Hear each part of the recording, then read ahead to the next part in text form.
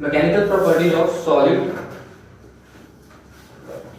Not property, it is object, केवल solid लिखते हैं। Mechanical properties of solid. Mechanical properties of solid में सबसे बेसिक कॉन्सेप्ट क्या है, हमें जो पढ़ना है वो है इलास्टिसिटी। पहला बेसिक कॉन्सेप्ट क्या है? Elasticity. What is elasticity? Elasticity का मतलब होता है द चेंज। इलास्टिसिटी का मींस द चेंज। कैसा चेंज हो? Change after applying an external force। कोई एक्सटर्नल फोर्स लगाने पे कोई ऑब्जेक्ट क्या करे? चेंज करेगा। चेंज कैसा होगा? Change in length, volume, size और shape. Change in shape, size और वॉल्यूम। बेसिकली चेंज कैसा होना चाहिए? चेंज का मतलब है लेंथ बदलनी चाहिए, या उसका वॉल्यूम चेंज होना चाहिए, या तो उसका शेप चेंज होना चाहिए। चेंज का मींस या तो लेंथ चेंज हो रही हो, या तो वॉल्यूम चेंज हो रहा हो, या तो शेप चेंज हो रहा हो। बेसिक सा कॉन्फ़िगरेशन ये है। लेंथ, वॉल्यूम और शेप, कोई एक चीज चेंज हो रही हो, change after applying an external force. और ये चेंज होना कब चाहिए? जब कोई एक्सटर्नल फोर्स लगाई जा रही हो। ये एक्सटर्नल फोर्स कौन सी फोर्स होगी? Deforming force. कौन सी फोर्स होगी? Deforming force. This external force is deforming force. Deforming मतलब किसी फॉर्म को बिगाड़ने वाली फोर्स। डीफॉर्मिंग का मतलब किसी फॉर्म को बिगाड़ देने वाली फोर्स, नष्ट कर देने वाली फोर्स। तो अब मान लो कोई अगर एक एलिमेंट है, ये एक एलिमेंट है, एक वायर ले लो या कोई भी एलिमेंट ले लो, सॉलिड मटेरियल, इसको हमने बोल दिया इसकी लेंथ है L। कितनी है? L। अभी ये इनकम्प्लीट है, अभी इसको हम कंप्लीट करेंगे। पहले हमने समझ लिया कि चेंज क्या हो रहा है। ये जो L है, इसमें हमने एक एक्सटर्नल फोर्स लगाई। इसमें मान लो ये वायर है कोई, और इस वायर में हमने क्या लगा दी? External force. जब एक्सटर्नल फोर्स लगाई तो ये वायर क्या होगी? इंक्रीज हो जाएगी। ठीक है? ये जो इंक्रीज हुई, ये कब हुई? जब उसमें एक्सटर्नल फोर्स लगी हुई है, मींस डिफॉर्मिंग फोर्स अप्लाइड है। कब इंक्रीज हुआ? जब डिफॉर्मिंग फोर्स अप्लाइड है या कोई एक्सटर्नल फोर्स अप्लाइड है। अब हम बोला कि इस एक्सटर्नल फोर्स को हम रिमूव कर देते हैं। इतने के बाद हमने क्या किया? इस एक्सटर्नल फोर्स को रिमूव कर दिया। अगर हमने इस एक्सटर्नल फोर्स को रिमूव कर दिया तो ये अगर अपने ओरिजिनल शेप को रिगेन करती है, then this property is known as the property of elasticity। अगर ये एक्सटर्नल फोर्स को रिमूव करने के बाद अपने पुराने ओरिजिनल शेप को रीगेन करती है, then it is known as the property of elasticity।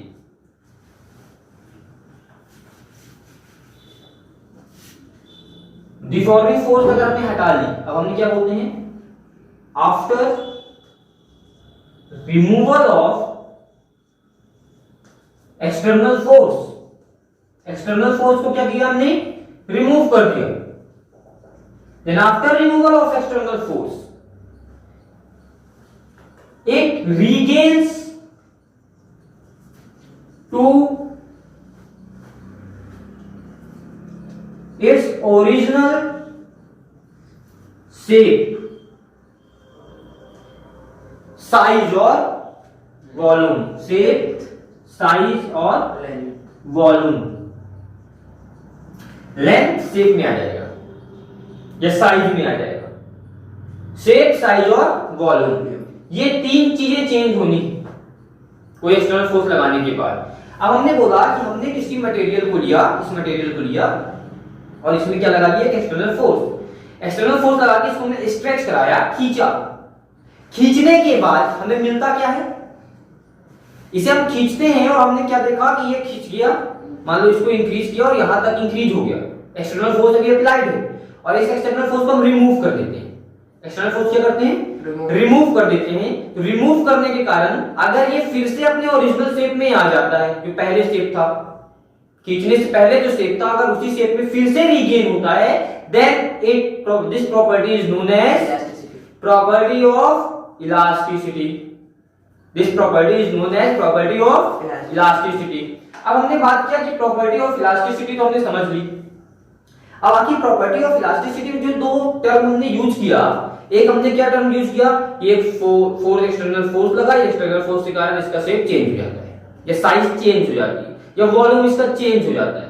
अब एक्सटर्नल फोर्स तो हमने लगा दी, अब इसमें कुछ टर्म्स आएंगे, आखिर ये वापस क्यों गया, कौन सी ऐसी फोर्स थी जिसके कारण ये वापस अपने ओरिजिनल शेप को पा गया। कोई एक फोर्स काम कर रही थी, वो फोर्स थी रीस्टोरिंग फोर्स। और रीस्टोरिंग फोर्स मतलब स्ट्रेस। वो कौन सी फोर्स थी, रीस्टोरिंग फोर्स थी, और रीस्टोरिंग फोर्स का मतलब स्ट्रेस। तो हम उन टर्म्स को पढ़ेंगे कि आखिर इसमें जो इलास्टिसिटी की प्रॉपर्टी है ये किस किस कंटेंट पे डिपेंड करती है। इलास्टिसिटी की प्रॉपर्टी किस किस कंटेंट पे डिपेंड करती है, किसी ना किसी कंटेंट पे डिपेंड करती है। ऑटोमेटिक नहीं है कि ऑटोमेटिक है, कुछ ना कुछ चेंजेस हो रहे हैं, कोई ना कोई फोर्स अप्लाई हो रही है, कोई ना कोई काम हो रहा है। तो ये कौन कौन से काम हो रहे हैं हमें ये पढ़ना है।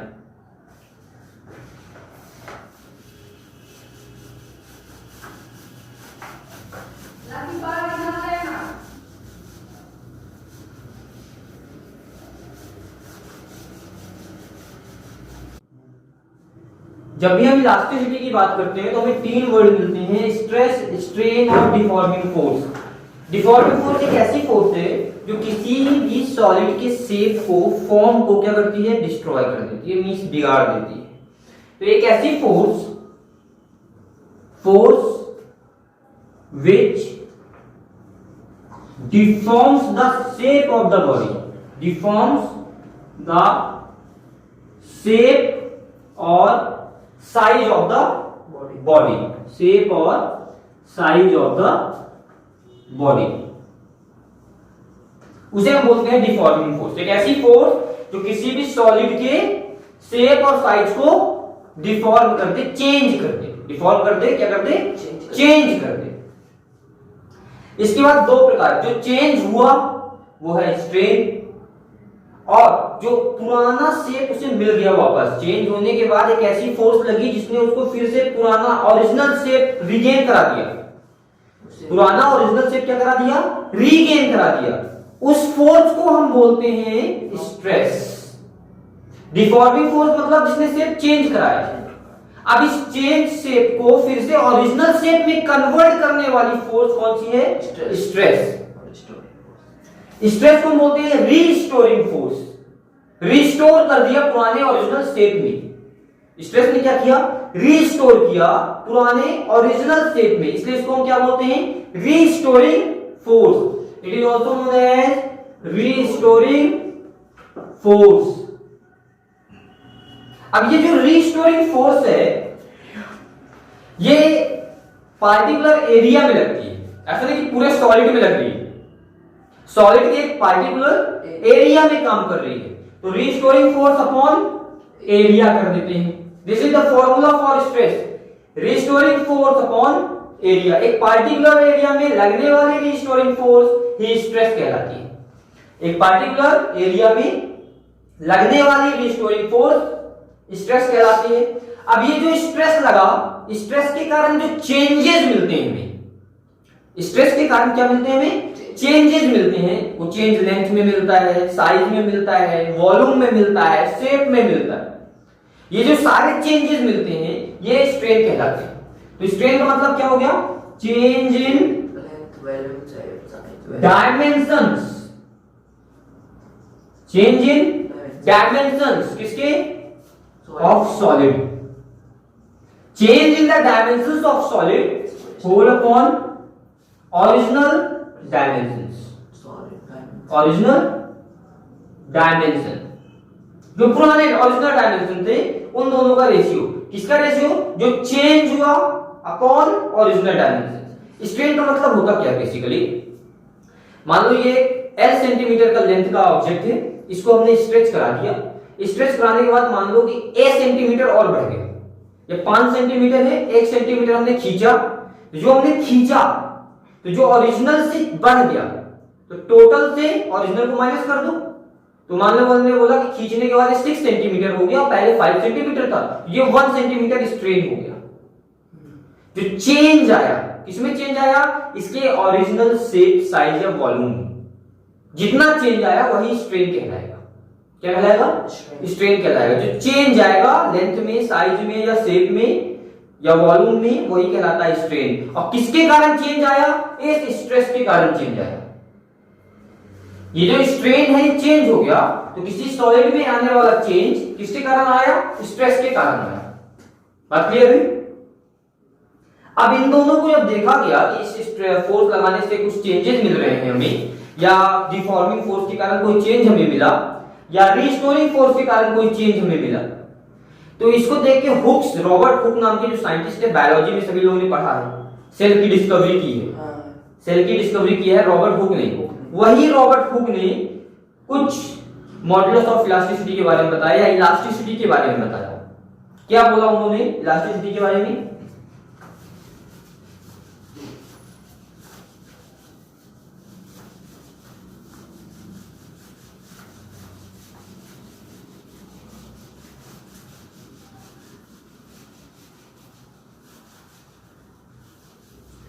रॉबर्ट हुक ने बोला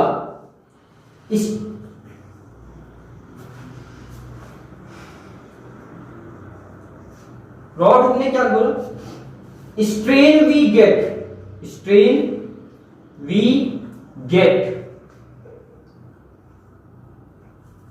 is directly proportional. Directly proportional हम ऐसे लिखते हैं इसको, strain we get is directly proportional to the stress applied, the stress we applied। जितना स्ट्रेस हमने लगाया है उतना ही स्ट्रेन हमें मिल रहा है। इक्वल इन अमाउंट नहीं बोला उसने, जितना स्ट्रेस आप लगा रहे हो उतना हमें स्ट्रेन मिल रहा है। तो strain is directly proportional to stress, या इसको उल्टा बोल दिया जाए, stress is directly proportional to strain. हम ऐसा लिखते हैं, हम लिखते हैं इसे कि stress is directly proportional to strain. ठीक है, अब बोल दिया हमने कि जितना हम स्ट्रेस लगाएंगे उतना स्ट्रेन होगा। मतलब हमने, अब ये हम ऐसा ना बोले तो ज्यादा अच्छा है कि stress is directly proportional to strain. इसका एक रीजन है, ये चीज ना बोल, मैंने बोल दिया कि ये दोनों बराबर ही कहलाएंगे बात, लेकिन हम स्ट्रेन के बारे में ही बात करते हैं, स्ट्रेस के बारे में नहीं करते। ऐसा इसलिए, स्ट्रेन हो गया चेंज, तो जितना ज्यादा चेंज होगा उतना ज्यादा स्ट्रेस अप्लाई हो जाएगा। स्ट्रेस मींस रीफॉर्मिंग ना, रीफॉर्मिंग। तो रीफॉर्मिंग कब अप्लाई होगी? जब चेंज होगा। हमने ये बोल दिया, ये बात ठीक है, लिखने के लिए तो ठीक है, बट इन एक्चुअल अगर हम बात करें तो एक्चुअलिटी में थोड़ा सा चेंजेस है। चेंजेस ये हैं कि हमने बोला कि अगर ये बोलते हैं कि स्ट्रेस जितना अप्लाइड होगा उतना स्ट्रेन मिलेगा, तो बात गलत है, सीधी बात गलत है। क्यों? क्योंकि भाई स्ट्रेस तो तब लगेगा क्योंकि स्ट्रेस या रीफॉर्मिंग, रीस्टोरिंग, तो जब तक चेंज नहीं आएगा तब तक रीस्टोर कहां से होगा? जब चेंज आएगा तभी तो रीस्टोर होगा। तो हमने जितना चेंज किया, जितना स्ट्रेन हमें मिल रहा है उतना ही स्ट्रेस अप्लाइड होगा। जितना स्ट्रेन हमें मिल रहा है उतना ही स्ट्रेस अप्लाइड होगा, ये बात करेक्ट है। अगर आप कभी डेफिनेशन लिखोगे हुक्स का तो यही लिखोगे, within the limit of elasticity, within the limit of elasticity, within the limit of elasticity the strain we get, the strain we get, the stress is applied as the stress is applied to it. या हम ऐसा बोले कि जितना strain हमें मिल रहा है उतना ही स्ट्रेस उसमें अप्लाई होगा। तो बेसिकली अगर हम बोलते हैं ऐसा तो यही सही है। This is the correct form. Strain directly proportional है स्ट्रेस के, स्ट्रेस नहीं है क्योंकि पहले तो स्ट्रेन होगा तब तो स्ट्रेस लगेगा। अगर स्ट्रेन ही नहीं है तो स्ट्रेस का कोई मतलब ही नहीं है, क्योंकि जब तक कोई चेंज आएगा नहीं तब तक उसमें कोई रिस्टोरिंग फोर्स लगेगा नहीं। हुक्स ने कहा कि इन दोनों का जो रेशियो आता है वो क्या होता है? कांस्टेंट होता है। ठीक है, हमने बोल दिया कि stress upon strain is equal to constant, ये हुक्स साहब ने बोला तो हमने बोल दिया, हुक्स ने बोला, हुक्स को और कुछ नहीं मिला, यही मिला, तो हुक्स ने क्या बोला कि stress upon strain is equal to constant. हमने मान लिया कि stress upon strain is equal to constant, ठीक है। अब हुक्स ने एक बात और बता दी, इस कांस्टेंट को उन्होंने एक सिंबल दे दिया, क्या सिंबल दे दिया? ई। क्या सिंबल दे दिया? ई। और बोला this E is known as modulus of elasticity. इसी को क्या बोलते हैं उन्होंने कि ये क्या है? Modulus of elasticity. बात क्लियर हुई? कोई डाउट? चलिए आगे बढ़े।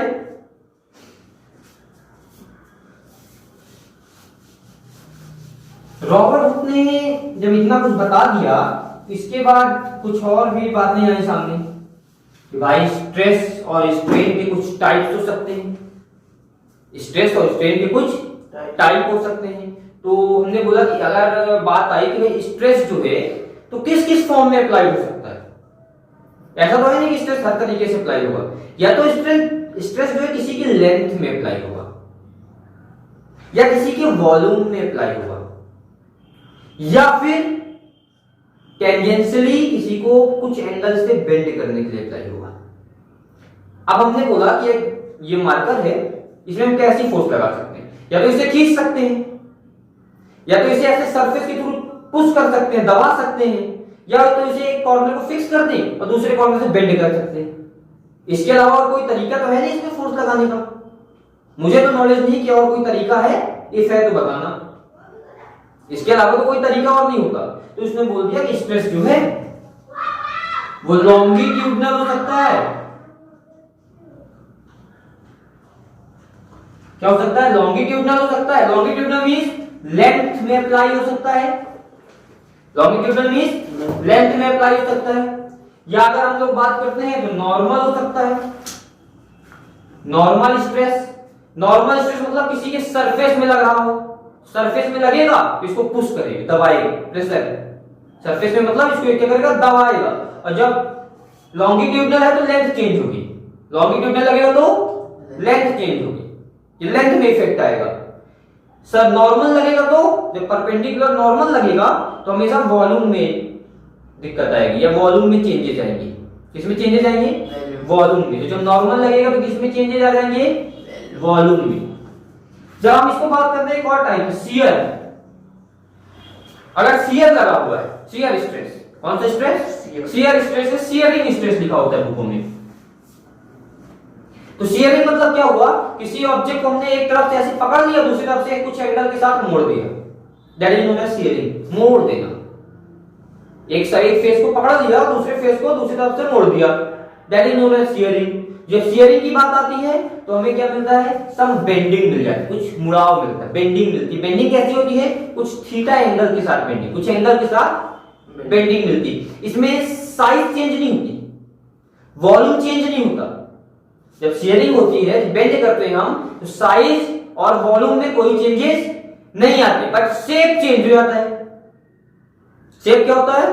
चेंज हो जाता है। जब शियरिंग स्ट्रेस काम करेगा तो शेप में क्या आ जाएगा? चेंज आएंगे। तो ये तीन प्रकार के चेंजेस हो सकते हैं फोर्स के कारण। या तो लेंथ चेंज हो सकती है, या तो वॉल्यूम चेंज हो सकता है, या तो शेप चेंज हो सकता है। लेंथ मतलब या तो साइज चेंज हो रही होगी, या तो वॉल्यूम चेंज हो रहा होगा, या तो फिर शेप चेंज हो रहा होगा। तीन प्रकार के चेंजेस हो सकते हैं। और यही सेम चीजें, अब जो तीन चेंजेस हुए, ये जो चेंजेस हो रहे हैं, यही चेंजेस को हम स्ट्रेन बोलते हैं। इन्हीं चेंजेस को क्या बोलते हैं? स्ट्रेन बोलते हैं। तो स्ट्रेन की जब बात है कि लेंथ चेंज हुआ मतलब लॉन्गिट्यूडनल स्ट्रेन हो गया। अगर लेंथ चेंज हुआ तो क्या हो गया? लॉन्गिट्यूडनल स्ट्रेन हो गया। अगर वॉल्यूम चेंज हुआ तो वॉल्यूम स्ट्रेन हो गया। वॉल्यूम चेंज हो गया तो वॉल्यूम स्ट्रेन हो गया। अगर शेप चेंज हो गया तो शियरिंग स्ट्रेन हो गया। क्या हो गया? Shearing strain. ये तीन प्रकार के स्ट्रेस और स्ट्रेन हो जाते हैं। कोई डाउट?